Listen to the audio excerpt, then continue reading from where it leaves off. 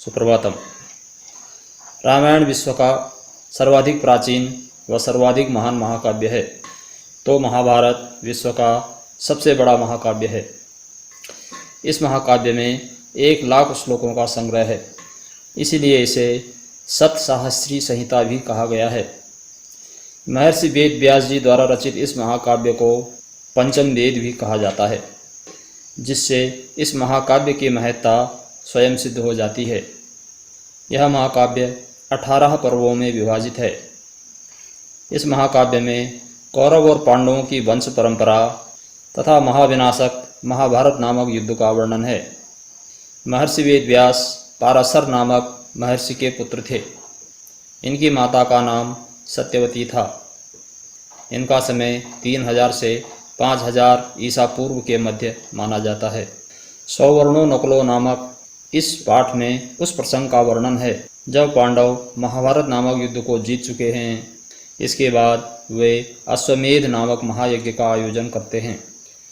यज्ञ की समाप्ति पर एक नेवला यज्ञ भूमि में आता है और राजा युधिष्ठिर सहित वहां उपस्थित अन्य सभी लोगों से कहता है कि आपके द्वारा किए गए इस महायज्ञ का पुण्य परिणाम कुछ भी नहीं है। क्यों नहीं है पूछे जाने पर नकुल जो उत्तर देता है उसका वर्णन इस पाठ में वर्णित है। पाठ का नाम है सौवर्णो नकुलः। सौवर्णो सुनहरा, नकुलः नेवला। ऐसा नेवला जो सुनहरा है। सुनहरा नेवला कभी नहीं देखा गया है, लेकिन इस पाठ में नेवले के सुनहरे होने का कारण बताया गया है। श्रूयताम राजशार्दूल महदाश्चर्यमुत्तमम् अश्वमेधे महायज्ञे निवृत्ते यद्भूत विभो। महाभारत का युद्ध समाप्त हो चुका है। पांडव विजयी हैं और विजयी होने के उपरांत वे अश्वमेध नामक एक महायज्ञ का आयोजन करते हैं। जब अश्वमेध नामक महायज्ञ अपनी पूर्णता पर होता है, तब पास की भूमि से कोई नेवला निकलकर यज्ञ भूमि में आता है और वहां पर उपस्थित जितने भी लोग हैं उन सहित राजा को संबोधित करते हुए कहता है, हे राज शार्दूल, हे सिंह सदृश राजा, हे विभव, हे स्वामी, महद आश्चर्यम, बहुत बड़े आश्चर्य करने वाली, उत्तमम, और एक उत्तम बात, श्रूयताम, सुनिए, क्योंकि आप अभी अभी अश्वमेधे महायज्ञ, अश्वमेध नामक महायज्ञ से निवृत्त अभूत हुए हैं। बिलान निष्क्रम्य नकुलो रुक्म पार्श्वस्तदा नघ मानुषम वचनम प्राह दृष्टो बिरसयो महान। वह नेवला जो यज्ञ भूमि में आकर वार्तालाप करता है, उसकी विशेषताएं बताई गई हैं कि वह नेवला कैसा था। बिलसयो, बिल में रहने वाला। वह नेवला पास ही स्थित किसी बिल में रहने वाला था। धृष्टः, साहसी था। महान आचरण करने वाला था। रुक्म पार्श्व, पार्श्व कहते हैं पीठ के हिस्से के लिए, रुक्म कहते हैं सुनहरे, जिसकी पीठ का हिस्सा सुनहरा था। बिलार निष्क्रम्या, बिल से निकलकर, मानुषम वचनम, मनुष्य की वाणी में, प्राह, बोला, वहां पर उपस्थित सभी राजाओं से इस प्रकार बोला, सक्तु प्रस्थेन वो नायम यज्ञस्तुल्यो नराधिपः उंस वृत्तेर्वदान्यस्य कुरुक्षेत्र निवासिनः। हे महाराज, आपने जो इतना बड़ा यज्ञ किया है, इसमें आपने प्रचुर धन और धान्य का व्यय किया है, लेकिन इस यज्ञ का पुण्य परिणाम एक पाव सत्तू के दान के बराबर भी नहीं है। नराधिपः, हे राजन, वो आपके द्वारा किया गया अयम यज्ञ, यह जो यज्ञ है वह कुरुक्षेत्र निवासिनः, कुरुक्षेत्र में रहने वाले, उंच वृत्ति अपनाने वाले,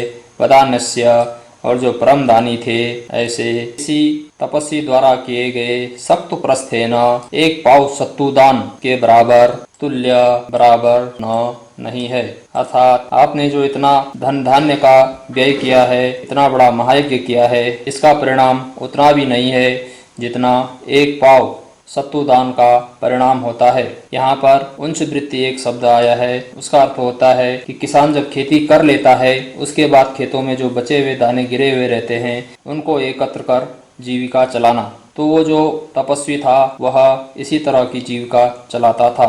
सत्तू उस भोज्य को कहते हैं जो अन्न के दानों को भून कर, कूट कर भोजन योग्य बनाया जाता है। अब जब उस नकुल से पूछा गया कि वह तपस्वी कौन था जिसके एक पाव सत्तू दान करने से इतना पुण्य प्राप्त हुआ जितना इस अश्वमेध नामक महायज्ञ से भी नहीं प्राप्त हुआ है, तो नकुल उस तपस्वी का परिचय देते हुए कहता है, धर्मक्षेत्रे कुरुक्षेत्रे धर्मज्ञे बहुवीर्वृते वंशवृत्तेर्द्विजः कश्चित् कापोतिरभवत् पुरा। पुरा अर्थात प्राचीन काल में, धर्म क्षेत्रे जो धर्म स्थान है, ऐसे कुरुक्षेत्रे कुरुक्षेत्र जिसका नाम है, वहाँ पर बहुत से धर्मज्ञ धर्म प्रेमी लोगों से वृत्ते घिरा हुआ, वंशवृत्ति से आजीविका चलाने वाला, कापोती कबूतर की तरह प्रवृत्ति वाला अर्थात पक्षियों की तरह स्वल्प या कम खाने वाला पुरा प्राचीन काल में अभवत हुआ था।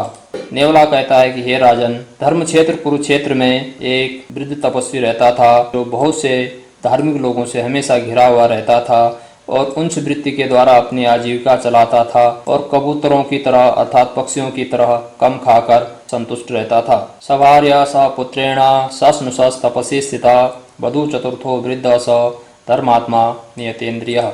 वह वृद्ध तपस्वी कैसा था उसका परिचय दे रहे हैं। स वह धर्मात्मा, धर्म ही जिसकी आत्मा है अर्थात धर्म प्रेमी, नियतेन्द्रियः जिसकी इंद्रियां स्वयं के बस में हैं। सभार्या अपनी भार्या अर्थात पत्नी के साथ, सह पुत्रेण अपने पुत्र के साथ, सस्नुषा स्नुषा कहते हैं पुत्र वधू के लिए, अपनी पुत्र वधू के सहित तपसि स्थिता हमेशा तप में संलग्न रहता था। षष्ठे काले कदाचित् च तस्याहारो न विद्यते भुंक्तेऽन्यस्मिन् कदाचित् स षष्ठे काले द्विजोत्तमः। उस तपस्वी परिवार की परिस्थितियां इतनी दीनहीन थी कि उनको कभी कभी 6-6 पहरों तक भोजन नहीं मिल पाता था और यदि मिल भी गया तो फिर आगे भोजन मिलने की संभावना नहीं रहती थी।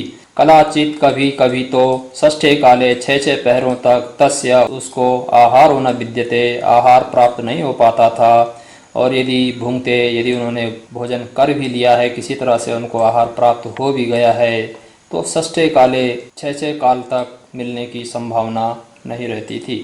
कपोत धर्मिणस्तस्य दुर्भिक्षे सति दारुणे क्षीणो सदि समवायो द्रव्यहीनो भवत्तदा। एक समय की बात है जब धरती पर भयंकर अकाल पड़ गया था, तब उनकी दशा और भी दीनहीन हो गई है। तदा उस समय दारुणे दुर्भिक्षे सति भयंकर अकाल पड़ जाने पर औषधि समवायो क्षीणो जातः औषधियाँ और वनस्पतियाँ समाप्त हो गई थी। तदा तब स कपोत धर्मिणः वह जो पक्षियों के स्वभाव वाला द्रव्यहीन भवत द्रव्यहीन हो गया। जब धरती पर भयंकर अकाल पड़ा तो उनकी परिस्थितियाँ और भी दीनहीन हो चली। अथ षष्ठे गते काले यवप्रस्थम उपार्जयत यवप्रस्थम च ते सक्तून अकुर्वन्तः तपस्विनः। किसी प्रकार उनको बहुत समय बाद कुछ जौ के दाने मिले जिन्हें कूटकर उन्होंने सत्तू बना लिया। अथ षष्ठे गते काले 6 पहर के बीत जाने के बाद उनको यवप्रस्थम, प्रस्थम कहते हैं पाव भर, यव कहते हैं जौ के लिए, जौ के दाने संचित किए और उस जौ के दाने को ते उन लोगों ने सक्तून अकुर्वन्तः उन्होंने सत्तू कूट करके सत्तू बना लिया।